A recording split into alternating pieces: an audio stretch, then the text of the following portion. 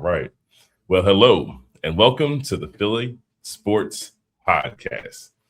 And tonight, folks, we're just coming to you with an emergency podcast to talk about the blockbuster trade, one that no one saw coming. In fact, when I say no one, did you know, Malik, that the odds of landing Jaylen Brown, do you know the last team on the list in terms of potential landing spots for Jaylen Brown? Your Philadelphia 76ers. 100-1 odds. Of all the teams listed, the last team on the list was your Philadelphia 76ers. And unbeknownst to the world, breaking news, Jaylen Brown, Philadelphia 76er, and in the trade deal, we send Paul George 2 first-round draft picks and 2 second-round draft picks. So let's just unpack it. First and foremost, when you got the news, where were you? Is it one of those moments where you knew where you were when you heard the news? Yeah, I actually did. Yeah, I was spending way too much money on ice cream for my kids. Yeah, I did. I was outside. We were down in the city. We were literally walking out the store after I just got straight robbed for like 2 scoops. And I look at my phone and I wasn't sure that it was real. And then so I started going on social and then Reddit and whatever. And I'm like, I see the reaction before I see like Shams or the reaction before I see like a credible source. And I was kind of blown away by that. And then I started, I think I might have reached out to you. I don't even know what I did. I definitely ate my ice cream. It was like $10. But it was unreal. It was unreal. My immediate reaction was that the Sixers, they got the best player. So if you get the best player, I typically am on board with you winning the trade. If you get the best player and the best player happens to be younger and you got a dude who plays, I don't know, 3/4 of the season as opposed to maybe half, then you probably won the trade and then extended your life a little bit. So I'm shocked. I don't know that we would have been last, but I definitely wouldn't have expected that. And I was fully prepared up until this past week to go into the season like, hey, if so-and-so is healthy, hey, if Embiid plays blah, blah, blah, blah, blah. He didn't die last season. We might have something to go forward with.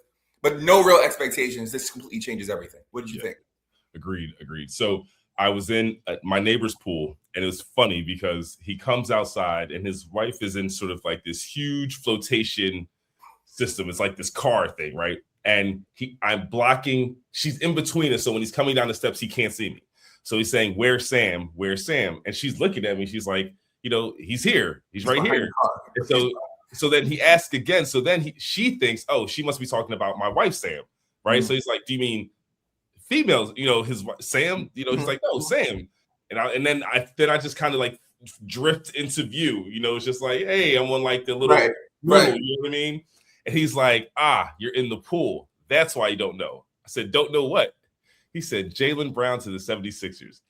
Whatever reaction that I had that ultimately had me get out the pool and look it for myself, his wife was like, I wish I had a phone just to capture your response and reaction. Talk about brain just going into a pretzel. So he's talking to me as like I'm getting off the noodle and just like exiting the pool, and he's telling me the deal, Paul George and 4 draft picks, 2 first, 2 seconds. I'm thinking, he can't be right. Like my neighbor is not a big basketball guy, so it's like you're just not. This is not correct. What you're saying is incorrect. And why would you do this to me, knowing how I feel about the Sixers? But to recognize that was actually the deal that was struck for us to land Jaylen Brown changes everything. Yeah. It fundamentally changes everything about your Philadelphia 76ers. And I just can't wait to kind of unpack what I kind of think those fundamental changes might be, man. I listen, my man, I got to give a shout out to a friend of mine where he and I were talking about it and we were like, yo, this is sports reparations. Like I know we might not get reparations. My 40 acres and a mule ain't coming no time soon, but like, this is a Markelle Fultz reparation. Yo, you know what I'm saying? Like this might be the payment that we, and honestly, look, you go back and look at it. He was number 3 in the Ben Simmons draft. He was that third player. And it was the whole Jason Tatum thing, And so Jason Tatum was always going to be selected. So we kind of, we paid more, but it's not Jason Tatum. I'm sorry, Jaylen Brown. So it was like, right, Simmons, Lonzo Ball, Jaylen Brown. 1, 2, 3. And Lonzo was always going to go to LA. And so it's just like, and the idea that Jaylen Brown, once you first started seeing him play, granted, Ben Simmons, he really came on the scene. But you also recognize like his inability to shoot. You're like, wow, after that first series, you realize the pairing of those two could have been different, if you had a real wing with Joel, So the idea that guy, is going to be on our team. Now, here's what's interesting, and I'm sorry to get into this right now. Wait, before you do, hold up. Do you realize like at the beginning of the week, there was a story about Ben Simmons wanting to come back? Like think about how far we swung in a week's time. Ben Simmons, fresh off a rainbow trout, was about to come back. And then all of a sudden we get Jaylen Brown. Like, that's how far. Like, in my head, I was like, oh, you know what? Ben Simmons as a man off the bench, he might be like an eighth guy. Like, could it work? Whatever. And then now all of a sudden, Jaylen Brown, former finals MVP, champion, 27 points a game, absolute bucket. Like that's literally how far we swung in a week. But here's what's really funny. If you look at our roster, could we use a Ben Simmons? I'm not. Listen, there's no point. There's no point in which I would take Ben Simmons back. Hold on. Let me say this. I want to put this out on the internet because, it's important. Ben Simmons was there was a game we were at here in Houston. It was during COVID. Long story short, the stadium was empty. There was literally one section per family, and we went to go see the Sixers play the Houston Rockets. Ben Simmons walks off the court, calls an attendant, takes his shoes off, and gives my boys his shoes. Get out of here. So I can't ever say there's no Ben Simmons slander from me. Listen, and that comment is saying you're going to need rebounding on this team. You're going to need someone who's not going to look at the basket. It's like a Don Barlow. Like, to me, Don Barlow is going to fit well on this roster of guys where it's just collect the ball, spray it back out to someone who's ready to lock and load. So to me, a Ben Simmons type of like someone who can be a dogged rebounder. Because here's the thing about Joel. We can really talk about like what this team will ideally look like, right? Yeah. The roles should be, if they're going to be successful, there has to be a pecking order, and I think we got to figure that out. But Joel, to me, it's like, bro, this is where you find that nice sweet spot in your career where you got dogs on your team and you can just fill in the gaps. That was my initial. So after I got past the shock of the ice cream and the trade, like the next thought I had, it wasn't really like this was Jaylen, VJ, and Maxey. Like Embiid was kind of in the back of my thoughts. So like if I was thinking about like an NBA Jam squad, and as crazy as it sounds to not include, because Embiid is still all world, Embiid is incredibly talented, but Embiid obviously there's always the contingency of his health. I put him behind all of them because now all of a sudden I start to think about it. But that's why you have to address his role first. Yeah. Because he is behind all three of them. That's why you got to talk to the big fella first around like, hey, here's what this is going to look like. You're now going to be filling in the gaps, like as the ball gets sprayed around and finds you, you're a catch and shoot guy, more or less. Yeah. You're not just throw it into you to generate our offense anymore. And so that is my point specifically, is that he now has to understand his role. And granted, he's the longest tenured Sixer. Think about it. Yeah. The most injury-prone Sixer has been the longest tenured Sixer in history, 12 years, right? And now he's in a position where it's like, listen, for this to work, big fella, you're not one, you're not two, you're not three. We need you to rebound the basketball. We need you to play defense, and we need you to keep the ball moving. I think let's get into talking about like what this might actually look like for the team once they take the court. And I know that the roster still kind of be worked out. They got Anthony Simons yesterday, which is I think a great pickup. Wait, before we talk about that, this is the one thing. So I want to get into basketball, but I did want to make this point. Listen to Jaylen Brown's stream before I came about the stream. Yeah. And here's something he said that I thought was so diabolical, and I think everyone missed it. He said, chat, I'm not going to lie. He said, for the last 10 years, I've been programmed to hate Philly.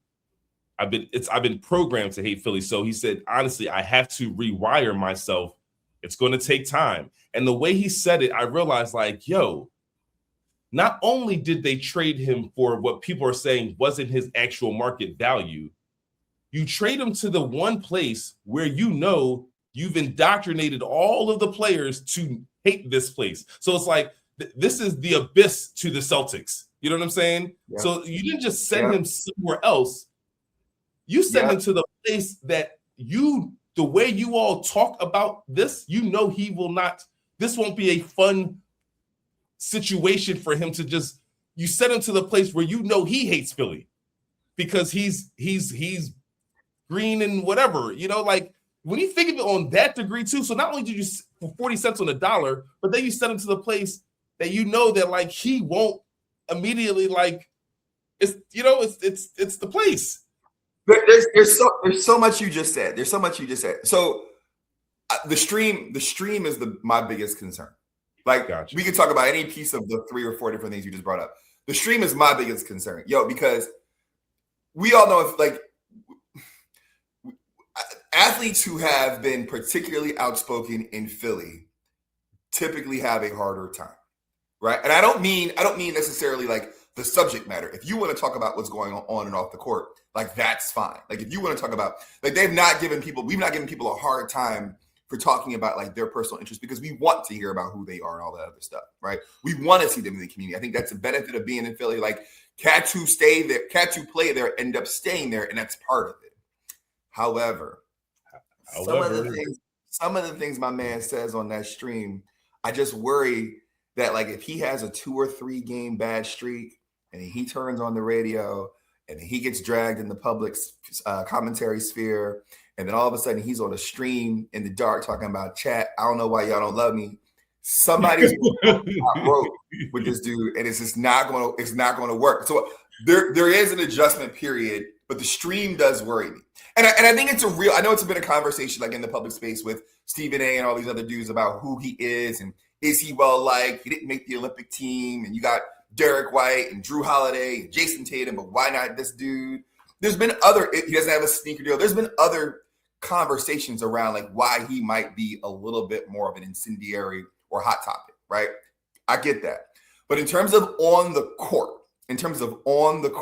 what he is able to do in terms of his doggedness, the dude is rugged. I think the dude works. I think he's improved. And whether or not you necessarily believe that we got him for market value or he's just going to be a player who's going to kind of lead or fit in depending on what his role is at that moment on the floor, the Sixers improved. And they improved dramatically. By leaps and bounds. They improved dramatically. And then listen, then you get like a guy, a 10-year vet like that to work with a BJ Edgecombe. Yeah. Right? Like there's so much that's going to come from that, from the practices, the battles. Like we got dogs now on this roster. And that's why I think, to me, the fundamental issue or significance is that there's going to be a culture shift here. Jaylen Brown is not going to acquiesce to like some of the things that I think a lot of players have dealt with over the years, even to the point where, it was reported Tyrese is calling players out. Like it's stuff that wasn't supposed to leak, but gets out that he's like calling people out because the culture wasn't great in terms of accountability. Jaylen Brown is that kind of person to bring that accountability. He's a champion. He knows what it takes to do it. And he's been kicking our ass for the last 10 years. Like that's the thing. It's like, if we can't hear it from him, then we can't hear it from anybody. No. And so now he's ready to ride with us in a way that I think he's going to be so incentivized to like, they've created a monster. Let me ask you, you talk about incentivized, right? So I looked a little bit about, I think the thing that's not being talked about in detail has been like the second apron and its kind of implications on the trade market and what free agencies look like this past season, offseason. The Sixers got this guy for Paul George, 36, 37, multiple injury issues, PEDs, 2 picks, and whatever the value is, 2 first round, 2 second, whatever the value of those picks are. Did they steal him, or was just that really the market because of the apron? And let me add one thing. I know I'm talking, so I'll be quick. I know what you mean. So when I look at it, I'm thinking to myself, the Celtics had Jaylen and Tatum both making collectively over the contract value $600 million. They couldn't do a whole lot. And when you're at that second apron, you can't pull together a bunch of salaries. It's got to be within a percentage, a proximity of the annual value. And then on top of that, they're looking like we're going to lose trade pieces. We're going to lose exceptions. So their only trade options really were guys who were on a 1-to-1 level that we can trade.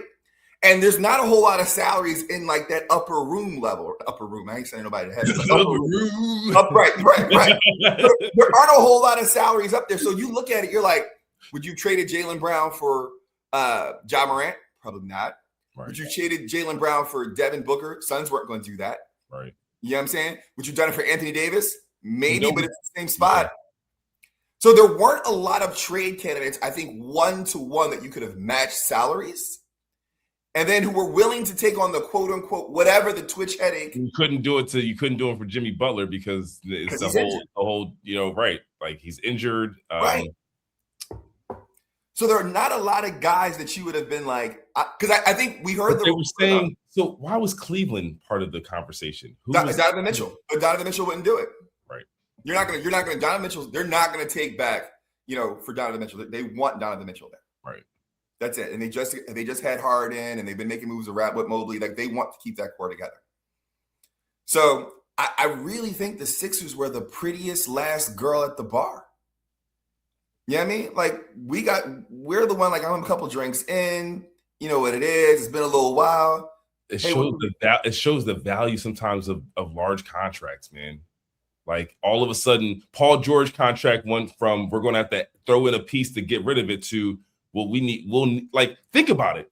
We went into the offseason thinking like we're going to have to salvage mortgage draft picks in order to get potentially move off of his contract. Yeah. And to your point, because of that second apron, now you had a situation where it's like, aha, we have the answer to your problem. Yeah. We have the contract that matches what you're trying to get away from. And because they don't want to do the extension. We have 3 years with them. Like he's not coming to us for demanding an extension. No, I was gonna ask you that question, right? Because it's like, to mend their relationship with Boston because they were dangling him in trade talks. It's like, give me the extension and know that we're all good. But you got traded, so you got traded with 3 years. There's no conversation about an extension coming to us with 3 years for the deal. You don't expect next week there to be like Philadelphia 76ers announced a 2-year extension, $70 million annually. You don't expect, because that's what it's going to be. I don't expect that at all. I expect the fact what I think happens that he got traded with 3 years left on his deal to a new team. And so we are going to have to play ball before anything happens in terms of extensions. With 3 years left on your deal, I don't see that. Listen, I get it. The NBA is interesting, but I would be shocked if the Sixers. Part of me, in my reaction, you asked me about my reaction earlier. Part of my reaction was, what's the downside, right? So the Twitch stream, I told you before we even jumped on, he's one more comment from being a Black Hebrew Israelite. Shout out to the boys on the corner. You know what I mean? And then I'm definitely worried that there's an extension coming because right now, Maxey, Brown, Edgecombe will be due for like whatever his next contract coming off of his rookie deal. And then I think Embiid all cycle off within that 3 to 4 year window. Right. So like this is our group until 2030 basically. Right. Which is crazy to even say out loud. So it would be it's interesting to see like how can we augment the pieces around it to really optimize this space. And then the Sixers aren't going to be in purgatory because at the end of it, they're going to be a restart. So either we're going to hopefully Edgecombe continues to develop. Yeah. And then Maxey will be further in his career. He'll be a seasoned vet. We listen, even like this kid Phylon or LeBaron or however. Yeah. Like I am really fascinated in this roster construction with Anthony Simons. Like we got live ball handlers now on this team. And we thought we did last year. Then we get rid of McCain, and then like in the playoffs, you realize, oh my gosh, we have no other ball handlers. Because B is not really a breakdown guy yet. Like he'll give it. Like he needs to be set up well for the most part. He can do some playmaking, but he's not about to just dance on you to get his own shot. Right. But this kid coming out of Alabama can do that. Anthony Simons can do that. Maxey can do that. Brown can do that. Joel Embiid slow down throw it in the paint when you slow down, he can get his own bucket. Like it's the live ball handlers on our roster now that's like, wow, this team is going to be so much fun to watch because now you can't just stay in front of one guy and shut us down. I think that's such a good point. The idea, and I think Simons kind of exemplifies that point. There was a report that he had better deals elsewhere, but chose the Sixers. Interesting. right? Like when he signed his 2-year deal, right? Not some like 4-year for $75 million. He had a 2-year deal. I don't know how the Sixers get like this cat might be Howie Roseman Jr. Like how this boy is getting cats to come here on these limited deals. Not when we didn't think we had any real flexibility with our cap. And this dude is going to contribute. He's going to go. He is a playoff rotation guy. And so absolutely his ability to shoot, like if you think Landry Shamet, who was important to the Knicks, was really good, this is an upgrade on that. Yes, because he can get it off the bounce. He can get it off the bounce. Shamet is more of a catch and shoot guy, but this guy, he can break you down to get it as well. And the part that I love about this, Sam, the part that I love about this is Maxi's not going to have to play like 47 and a half minutes a game. Maxey has already proven he's the guy. He's the guy. It's like Jaylen Brunson. Jalen Brunson did it all for the Knicks for how many years? But for them to win, he had to incorporate the team. Yeah. Had to incorporate the team to win. Michael Jordan did it all for how many years? In order to win, you got to incorporate the team. Maxey, you've done it all. Joel, you've done it all. Now it's time to win, y'all. We got to incorporate the team. Your numbers are going to come down, but your efficiency should go up. Like the game should become much easier for you. You don't have to be on the court all the time anymore, right? Like Brunson's minutes went down once he got rid of Tibbs. It's like, these guys were fresh in the fourth quarter. Yeah. We played. And it's like, and Maxey is just like tireless, but at the same time, it's like, let's get him some more reasonable minutes here. When you play 70 games a season, when you play 42, 43 minutes a game per game, and then at his work rate with what he's asked to do, it's a lot. Like, even though he might be tireless, the attrition starts to wear on him. I cannot wait to see a fresh Maxey throughout the season because it's just the load is so much less. Yeah. And to see even like, and to me, he's one of those guys where he sees other guys getting it, like he's going to be chomping at the bit for his turn too. Like, it's just one of those. I just think this team is going to be really hard to defend. That we can come at you in waves. I like having the Don Barlow. You're going to need your glue guys that are just like selfless. Go get the ball, find somebody to pass it to. Having someone else rebounding for Joel is something I think we have to think about because he's just not a mobile rebounder. Yeah, he's not a mobile rebounder, especially now because the NBA you shoot 3-pointers. So when you're shooting 3-pointers, you have long rebounds, and that's the issue. If it was the old type basketball where you're shooting a lot closer to the hoop, he can get those boards. He's right there. But long shots or long rebounds. The ability between Joel, they signed the bull from the Knicks, the backup center from the Knicks, and they got that cat Wade from Cleveland. So they've added some depth to their front court. But I'm still concerned about, to your point, about the ability to rebound and more so protect the paint. It's like Embiid's not the same athlete that he was. He's going to make every single effort that he can. But once he comes off the court, it's going to be almost like a San Antonio Wemby situation. Like, it's an easy pass to the bucket, right? And so who are you going to all of a sudden say is going to be able to get in there and challenge a shot? That's the only thing I got. But other than that, like Jaylen Brown gets you 7 rebounds a game. Maxey gets you 4. And you tell VJ, hey, in second year, you're going to have to be a dogged rebounder, man. Yeah. Like, you're part of your progression as an NBA player this year. We're going to need you to be a rebounding guard. Like, that's going to be how you make your name in terms of you separate yourself. You're one of those rebounding guards in the NBA. Point blank period. Yeah. We're going to need it. So not to jump ahead at all, but I'm so curious because of all of the movement. We talked about it a little bit with the apron stuff. With all of the movement, particularly in the East, where do the Sixers stand right now? So I put the Knicks first. I think the Knicks, and not only because they won the championship, but because they unlocked something during the playoffs that I think teams are going to have a real challenge defending in the future. So I think the Knicks, there's some real cohesion there that I just got to salute them and just say, okay, y'all on top of the king of the mountain right now. I would then go, let's see what Detroit does, because, I think even though they were exposed in the playoffs, sometimes the playoffs are about matchups. Yeah. So depending on the matchup, maybe they don't look the way they did. Now, granted, they did 7 games against Orlando that nobody saw coming, so they had to do 2 7-game series. So maybe there is a flaw in their build somewhere because they did, And they just lost Tobias Harris, and he's a bucket. He's a clutch bucket. He's a clutch bucket, so he got to replace that. He was on a heater. But I mean, and then they had the whole Doran situation. They haven't solidified what they want to do with him long term yet. So with that sort of, so I'll leave Detroit sort of in the win. Indiana, I don't see Indiana has to prove it to me. Everybody's saying, "Hey, Holly's coming back, and they're gonna be ready to go." I gotta see it.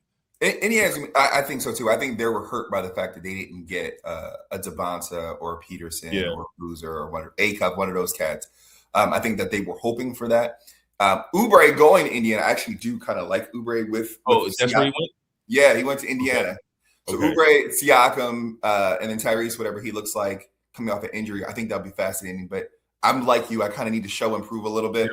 Yep. I don't know. Like, I'm looking at the East. The Raptors are going to be a hard team to win 4 out of 7. Like, the way they're going to be able to defend on the wings is going to be interesting. Scotty Barnes and Kawhi Leonard, to me, that is a fascinating pairing over there. So I find Kawhi, and this is no trauma from the bounce shot or whatever it is.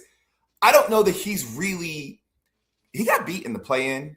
He's not really had a whole lot of playoff moments since really his run with the Raptors.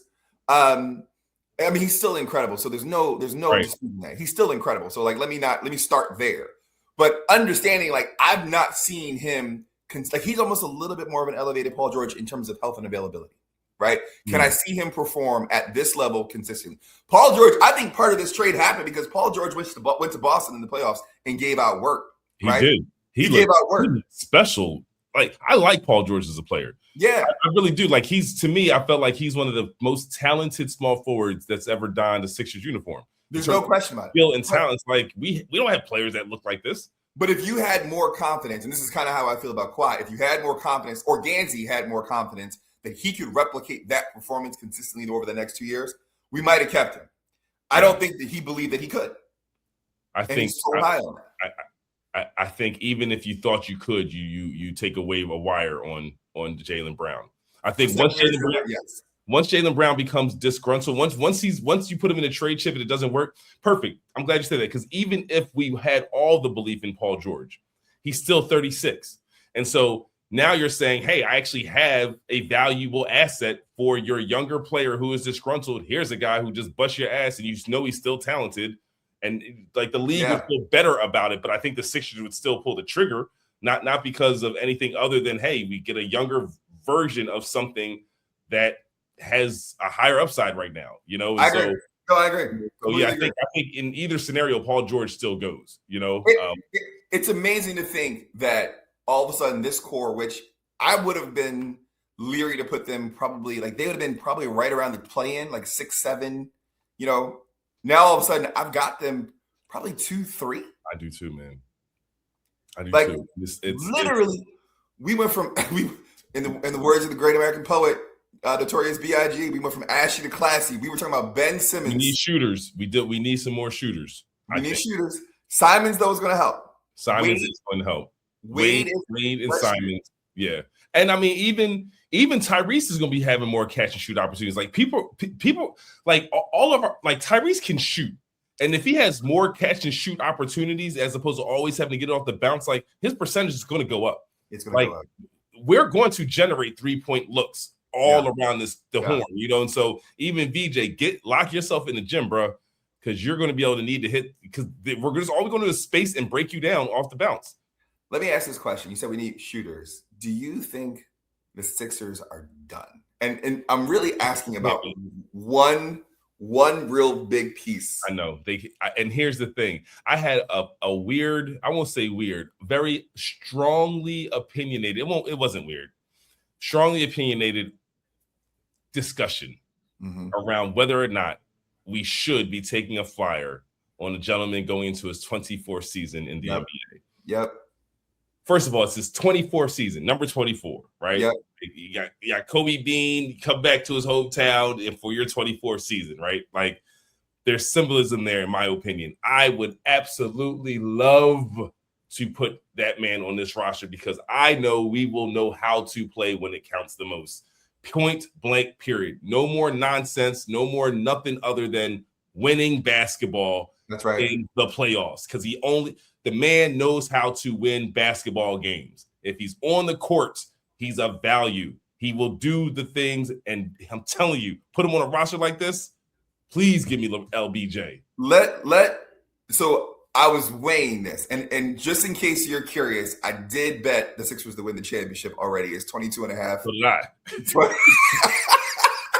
It's 22.5. I got 22.5 odds. I wish I had done it before Jaylen Brown was traded. Yo, that's what I'm saying. Like, man, I usually do it just automatically, but it's like I'll get to it. Never did I think that was going to happen. It's like, no.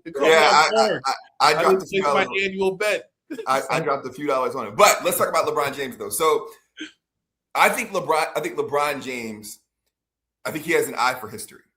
I think, and when you start to talk about LeBron James's eye for history, I think you consider storylines with him. LeBron James, whether or not we believe that he actually said, hey, Lakers, I'm leaving, or they said, LeBron, thank you for your time, kind of irrelevant to me. I think they were ready to move on. I think they both were ready to move on. I think LeBron sees NBA legacy, and that's his priority because he's already made all of the money. And at this point in time, it's like, how can I further cement who I am? I think the Knicks run, seeing what basketball meant to New York, what basketball meant to the country, I think that elevates the Sixers because Philadelphia is not so different. It matters more on this coast. We are a historical franchise. Matters more. I think the opportunity to all of a sudden be in a vignette when the game comes on with Dr. J, outlet to Iverson, alley-oop to LeBron, like I can see that in the pregame stuff, right? And it makes sense when you think about there aren't a lot of teams that give you the story where it's different from chasing a ring to I'm helping bring the final piece. Right. Like if he goes to Denver, which makes some sense, chasing a ring because Jokic is cleared away like the guy. If he goes to San Antonio, he's jumping on the Wemby train, right? Yeah. So I don't think he's going back to Cleveland. I don't think it makes sense. He's already done that. That story's written, and it's a great story. Why change it? I don't think he goes to Miami because that fit with Bam and Giannis would be kind of silly. So there aren't but so many options out there when you think about real contenders. Oklahoma City, that's not their game plan right now. The Knicks, possibly, but they just did it. Why would they add him? Yeah. Then they're saying that, it's funny because Rich Paul said the only way LeBron could go in the Knicks is if Jalen Brunson gives him a call because, he has his podcast, which I find interesting as well. And so then Max asked him, he said, have the Knicks contacted you? And he's like, we've been in touch. There have been interest, but LeBron would have to hear from Jalen. It's his team. Like Jalen has to call LeBron and tell him that, hey, I'm okay with something like this. That's the only way LeBron, just out of respect for Jalen, like he wouldn't let the front office make that decision for him. Like he would have to hear from Jalen. So, and I think even in terms of history, the fact that the Knicks did win and the way they ran through the playoffs, like if LeBron went there, it would feel a little Kevin Durant-ish. It would. In that regard. So it's like, I don't think he went, like, even though winning in New York is quite interesting, but they just did it, So I think to your point, like the Sixers story, and it's the whole Allen Iverson. Like we know how he felt about Allen Iverson, and he was just right there and quite couldn't. The same way like the Patrick Ewing couldn't. Like the same thing, bro. The same way everyone felt so good about the Knicks winning because Patrick finally got his ring. Like John Starks, so you're watching these guys you grew up with that just couldn't get over the mountaintop. See those guys in the court with him all the time. And so now you have a situation where it's like AI was our generation's guy who just couldn't get it done. But LeBron comes to his franchise with this collection of team and like punches through when it's not like they're not playing anybody. You know what I'm saying? You're looking at teams that are assembling elsewhere. To me, I think that would be a legitimate ring. It wouldn't be a ring chasing championship. It would be he went there and helped deliver Philadelphia a title amongst the Knicks that were forming. You know what I mean? Like this team is formed now and they still beat them. They built whatever is going to happen in Miami, whatever is going. Listen, I think Boston has another play, in my opinion. So everyone's trashing Boston. I think Boston's going to use what they got to try and get Trey Murphy. Because I think if they get Trey Murphy out of New Orleans, Boston's going to be okay. To go back to the LeBron thing for one quick second, and then we'll go back to what Boston's outlook might be. I think that LeBron, with all of the potential narratives out there, I think he's keenly aware of it. And I think what you just said, he's not chasing a ring here. He's coming to a team and he's kind of a part of it. I think that matters to him. I think that really, truly matters to him. And his ability to go get what would be his 5th ring potentially with a team that he could be. I agree with you. I don't think he would be like, I'm jumping on the bandwagon as much as we're doing this together. But I'm needed. I was needed for this ring. I'm not the only one. I'm not the only reason we have it. Like by no stretch of imagination. As a team, we formed and got a championship, but all these pieces were required for us to do it. And I think that to me, like, and Gansey, his boy being Gansey, having the Cleveland ties back in high school. Like, here's another reason I like Gansey is because he was recruited by Bob Huggins. Like, he was a Bob Huggins player. And to me, any player who could play for Bob Huggins, I'm rocking with, man. For folks who don't know, Bob Huggins was a straight up G. Like, he was not even X-rated, a rated R Bobby Knight. Like Bobby Knight was he was the next generation. Bobby Knight was Bob Huggins. So for folks who don't know, Bobby Huggins, you gotta date and offer some context to these references. Yeah, like Bobby Huggins, he coached Kenyon Martin in Cincinnati. He was then in West Virginia. Like, he was out here hitting Missoula. He coached Missoula, and that's why he's a madman up in Boston. Like, he's a Huggins guy. Like, there were no call. Like, if you got recruited to a Bobby Huggins school, they're like, don't call your parents. We putting money on your books. Like, this is it. Like, there's no HR complaint. Like, ain't no compliance director. Nothing. Like, this they turn the cameras off. Yeah, no. It's we don't want to hear nothing about that. Once I heard he was a Bob Huggins guy, I said, okay. It tells you a lot about a person because but this gets to. I love that point because this gets to what I think months and months ago. I think we had talked about it before. The Sixers didn't have an identity. And so now you bring a bunch of dudes like Maxey works, Edgecombe gets it out the mud, literally gets it out the mud. Jaylen Brown's already going to come in and he's going to talk about working. And so you're dragging dudes along in the same kind of spirit.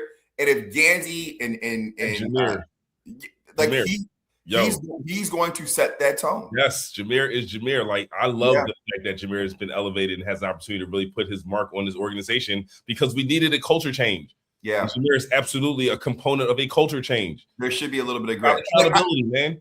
Well, I mean, it's funny, man. You think about like teams that become memorable in the past, right? Like the Pistons when they had that Billups and Wallace and Ben and Rashid and Rip, they had a vibe. Then you had Memphis, like the grit and grind kind of thing, and we talk about heat culture.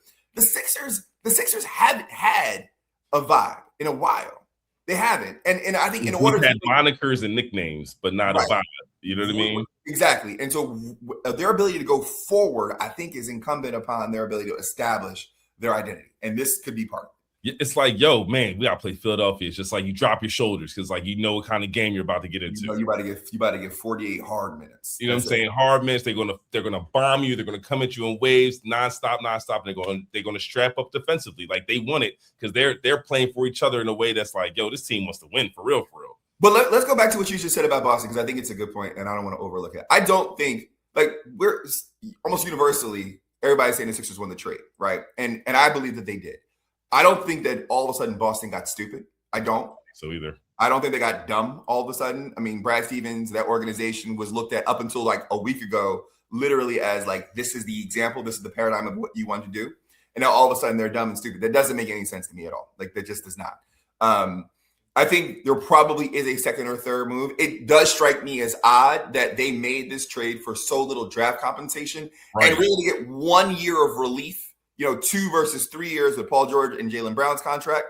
That strikes me as odd. But otherwise, I do see them doing something else. They've signed Mitchell Robinson, right? Yeah. So they've already decided we're going to change the way we play a little bit.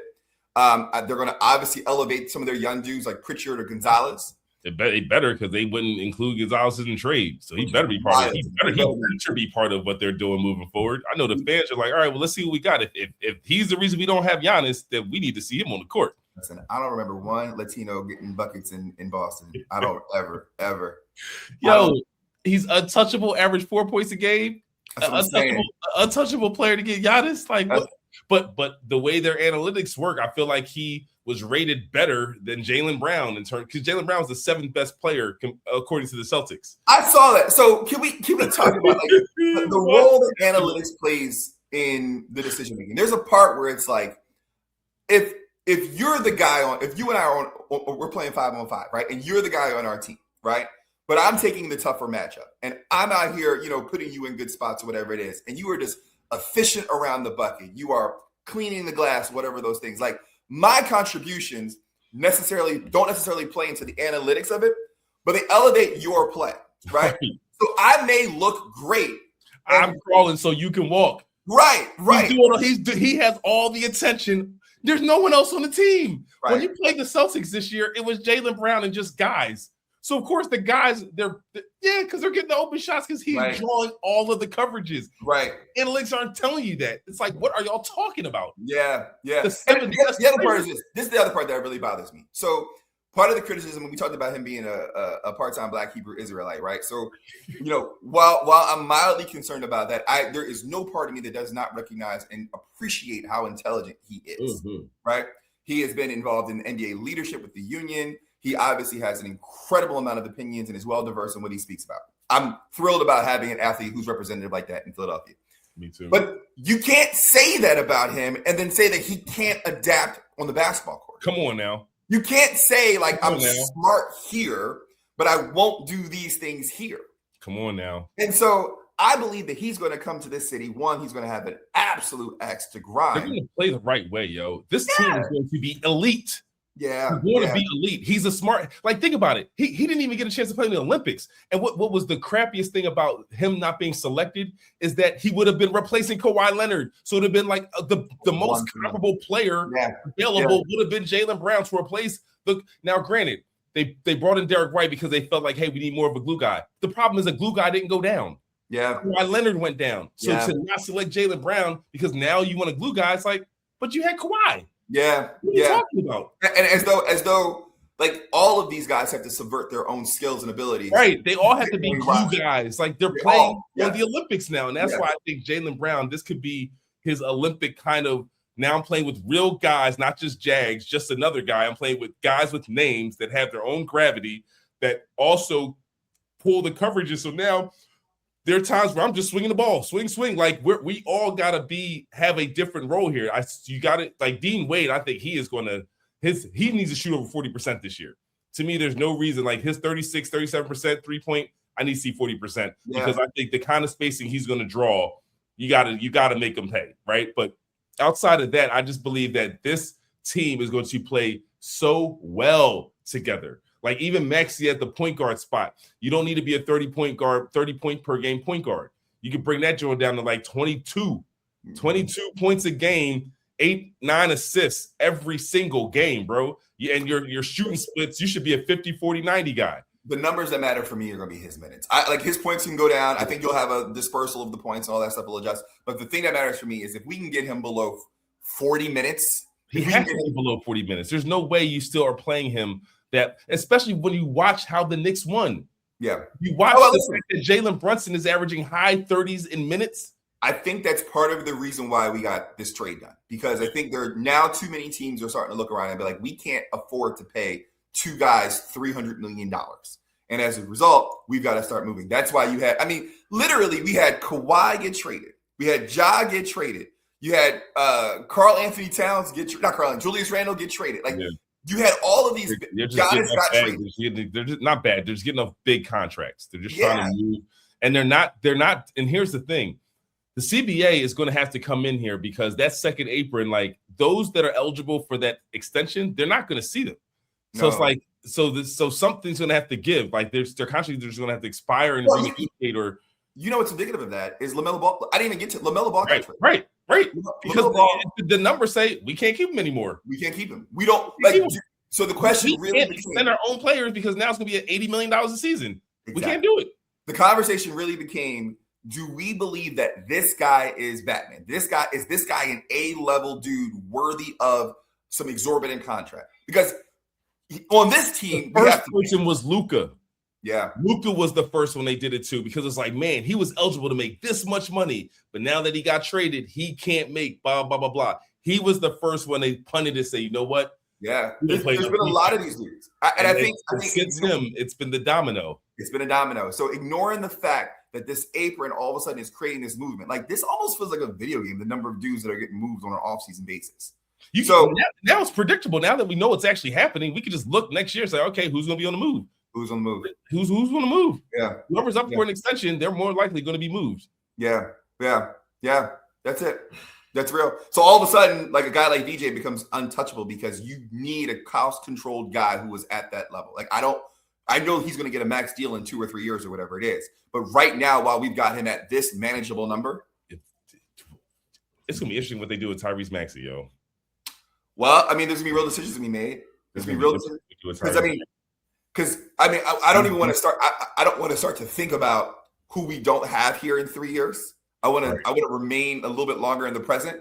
But you're right. I mean, all of a sudden it's prohibitive. Like you can't do it. Like you want to retain their services, but it's like you can't.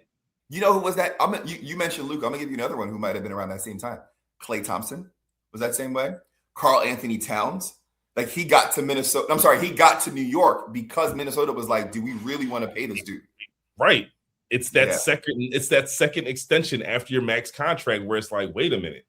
Yeah. We can't do anything else. Like they need to go back to the CBA. It's all something's wrong with the numbers. Like the mechanics don't work. Either the salary increase doesn't align right with what the apron cutoff is, whatever the model is, it's broken. Because when every single player is up for this extension, the teams would, and here's the worst part about it.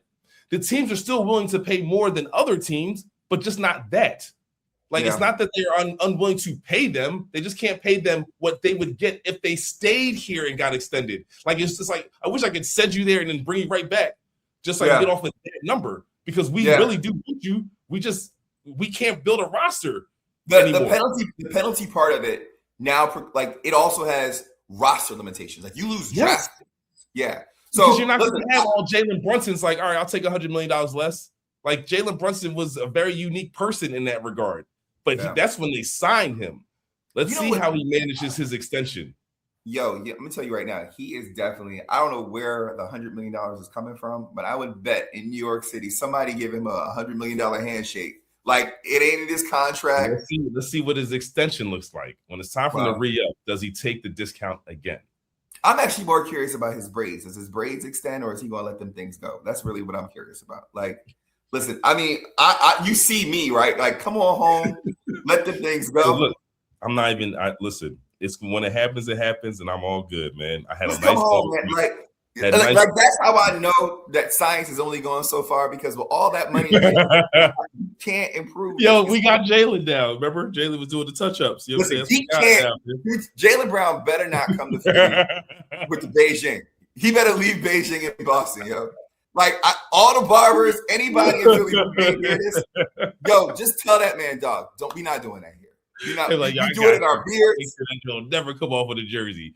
We do it on our beards, but we not doing whole middle of the head.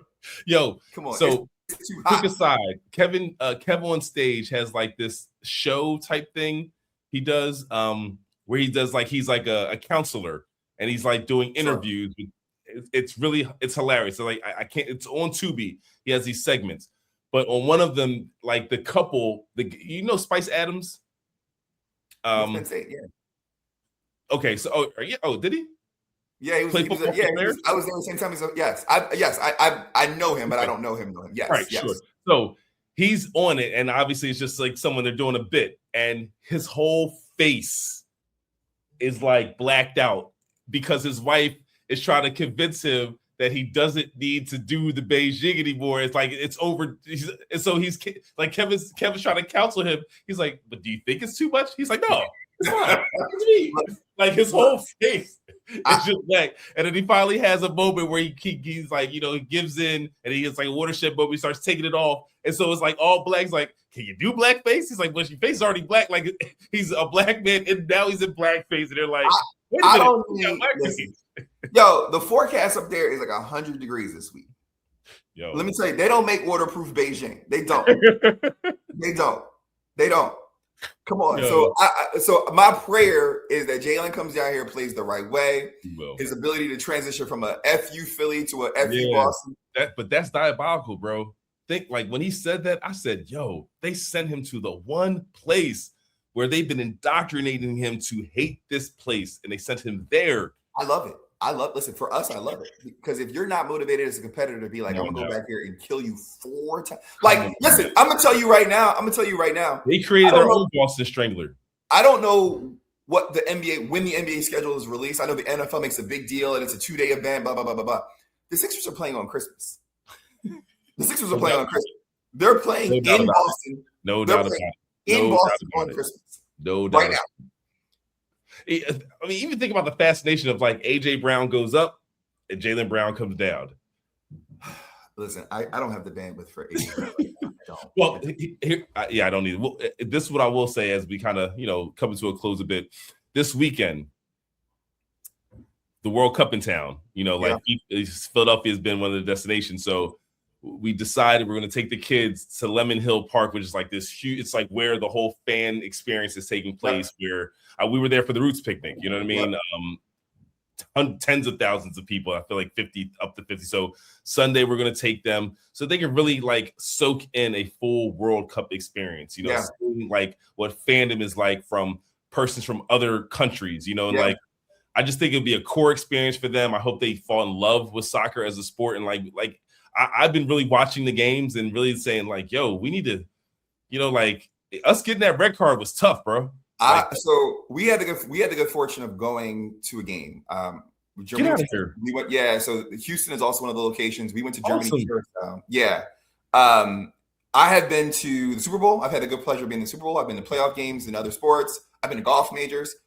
I will tell you that the World Cup, even a game that I did not personally care about, like I don't care necessarily for Germany and Curacao, I just wanted a cool experience, was unreal.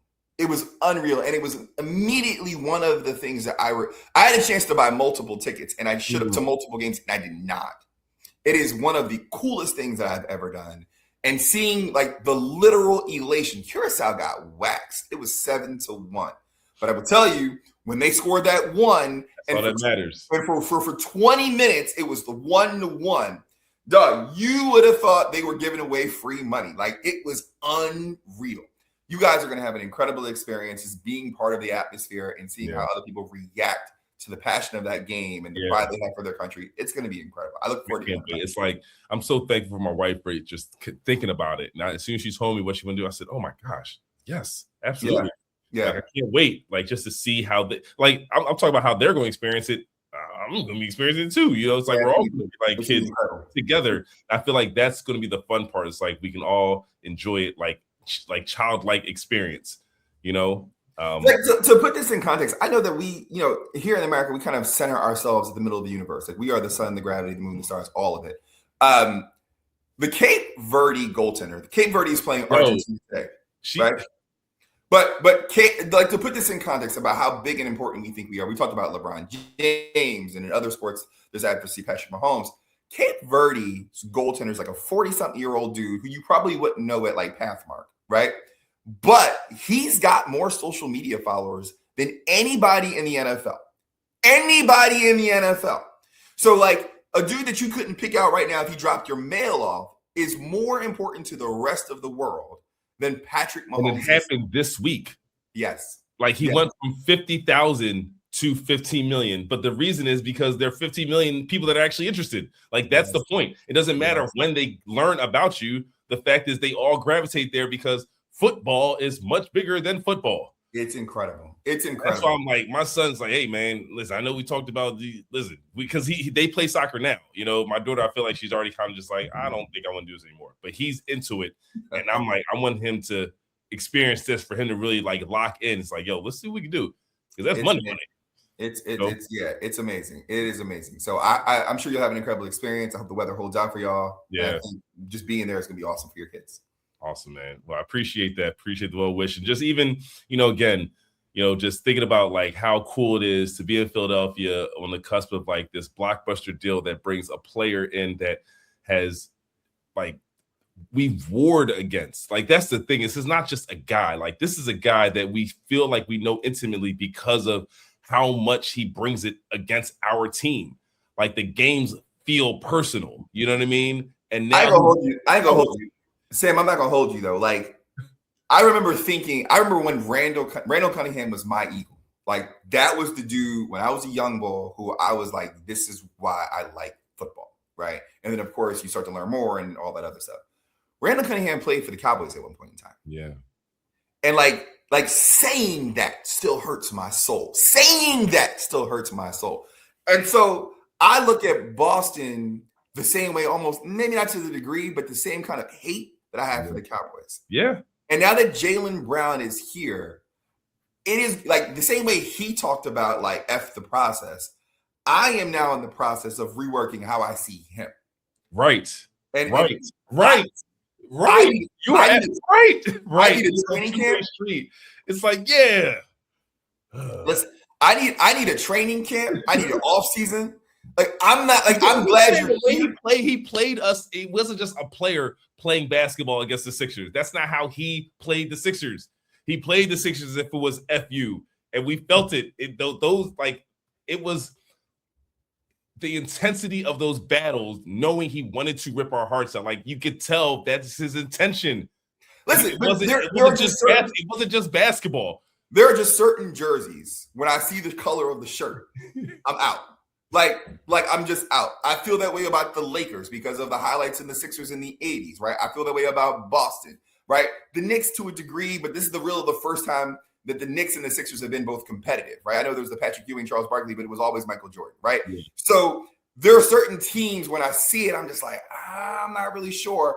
And I recognize who he is. I know he's incredibly talented. It's going to take me a while. And I'm hoping by opening tip for me to all of a sudden be like, he's one of us, because I'm still looking at him like, side eye, I ain't going to hold you. Yeah. I ain't going to hold you. It's the truth. It's like he's still streaming from Boston, you know? So. Yeah. Oh God, there's plenty of places to go to the big house. Like, what are you doing? You know what I mean? Like, where are you at? No, look, brother, listen, let me tell you something, man. I'm glad that we got on here again just to come and talk to the fans about what transpired, man. Like, this is incredible. This is significant. This is as significant as a trade that has happened in NBA history. You know, like, this is on the lines of the Luka. Luka was so shocking because you just don't think a star of that magnitude would ever be moved, period. Right. This is as shocking because you moved him to a rival, a division rival. And in a way that you felt like you were just willing to let him go, essentially. And I think that's what makes this just as shocking as a trade. I don't want to extend it, but we could talk about this ad nauseum. And the Luka piece of this is the last thing I will say, and I know we want to try to wrap this up shortly. There was such a visceral reaction to the Luka trade, right? Like, what were they doing? Why did they trade Luka? He's won nothing. And I will tell you, I'm going to give you the spoilers right now. Lakers ain't winning nothing this year either, right? Like, I'm going to just jump ahead to the end of the book. But I look at the reaction. That squad that's being assembled out there. Yo, I saw somebody call them the Snowtime Lakers. I said that it would bring the Minneapolis Lakers back. Right, like, what are we doing, right? Like, all you need is some goggles and some short shorts. But but they're not going to win anything, right? And so the reaction was like, you got this generational dude. He's incredible talent. Why did you go ahead and punt your chance to win a championship?